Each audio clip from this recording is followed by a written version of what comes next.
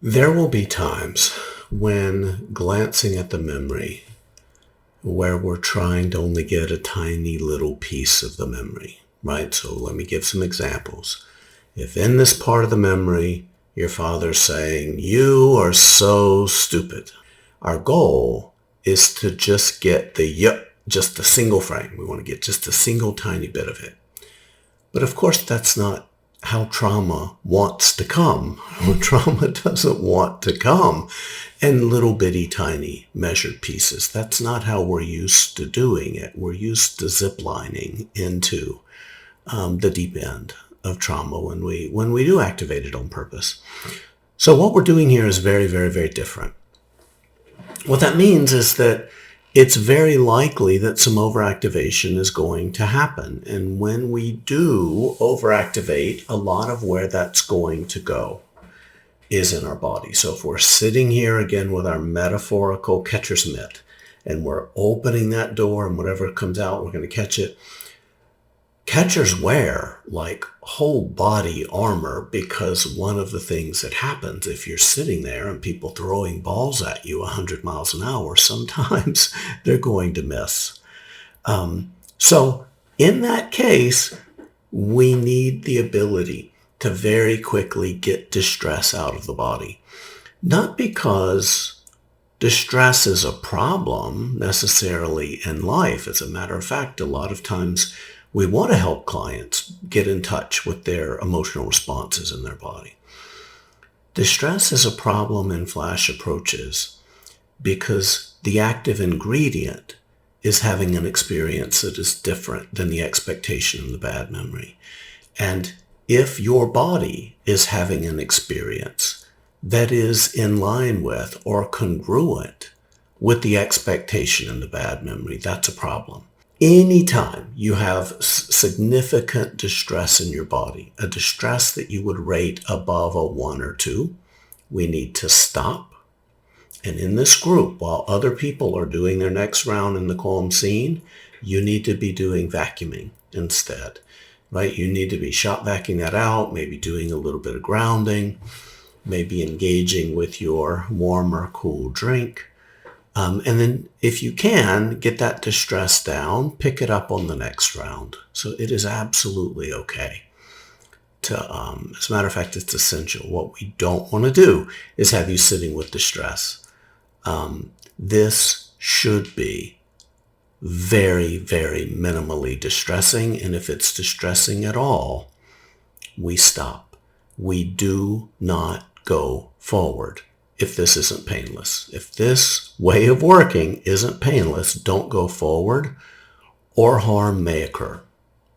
Pause, vacuum it out, do a little bit of grounding if you need to, assess where you are and assess that if it's okay to glance at that memory on the next round. And by the way, when you do glance at that memory next time, glance at it for 1/20th of the time that you glanced at it last time. So that's how we manage keeping from getting too big of a chunk of memory, is by glancing at the memory for just a tiny, tiny, tiny slice of a second. Let's talk about the ShopVac resource. I realize that I'm speaking to a global audience. So by ShopVac, what I mean is a utility vacuum. It's a canister vacuum that has a hose. It has a little toggle button, a switch, and it's typically really loud. So when you turn it on, it's wah, and it has a very strong amount of suction. So if you've used one of those vacuums before, you already have a body-based connection to what I'm talking about. If not, have you ever used an upholstery vacuum? Okay, have you ever used any kind of vacuum that has a hose? Have you ever dropped quarters into a car wash vacuum cleaner where you have this big long hose with a little nozzle? What I invite you to do is scan your body. Right now, just scan your body. See if there's any distress in your body in this moment. Any not pressure, tension, movement, heaviness, emptiness. Not pressure, tension, movement, heaviness, emptiness. Scan your body.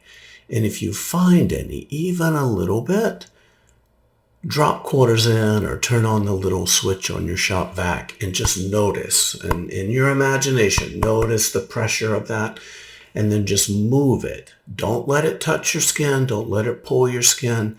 Wherever that tension is, just move it over your body in that place and try to visualize that tension leaving your body like it's a kind of colored smoke. Imagine that as a kind of gray or black or blue or whatever colored smoke you need to have leave your body. Good. I'll give you a moment to imagine that.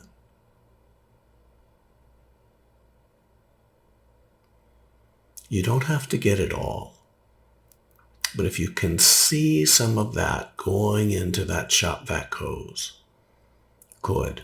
Now the shop vac canister is our container, and we're going to push the container of that canister far, far, far away until it's just a tiny dot on the horizon. You may need to practice this. There's a script for this in the treatment guide, which is on the same site where you're accessing this video.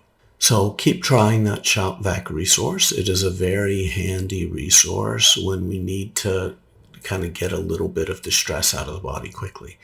If you're struggling with that, a certain chunk of people have vacuum cleaner trauma or vacuum trauma or some kind of activation related to vacuums or suction. If that's the case, can you imagine with metaphorical hands scooping that stuff up, seeing it go into your container and pushing it out of awareness? Okay, good. Try that. See if that works. We really do need ways. Some clients that may struggle, the classic EMDR light stream exercise in which you imagine a bright healing light coming down or coming up from the earth, however you need to imagine it, that just floods your body and just dispels any kind of difficulty. Light stream, EMDR's light stream exercise may be helpful. If not, we need to find something to quickly get distress out of the body, because if distress is sitting in the body, it's probably growing as we glance at the memory, and we need ways to send the message, we're not following this memory, this distress, we're not following this distress, we're pivoting away from it.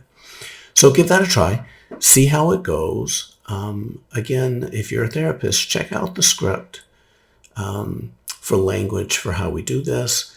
And if you continue to have problems, send me a little message and I'll see if we can kind of troubleshoot it that way. So thank you.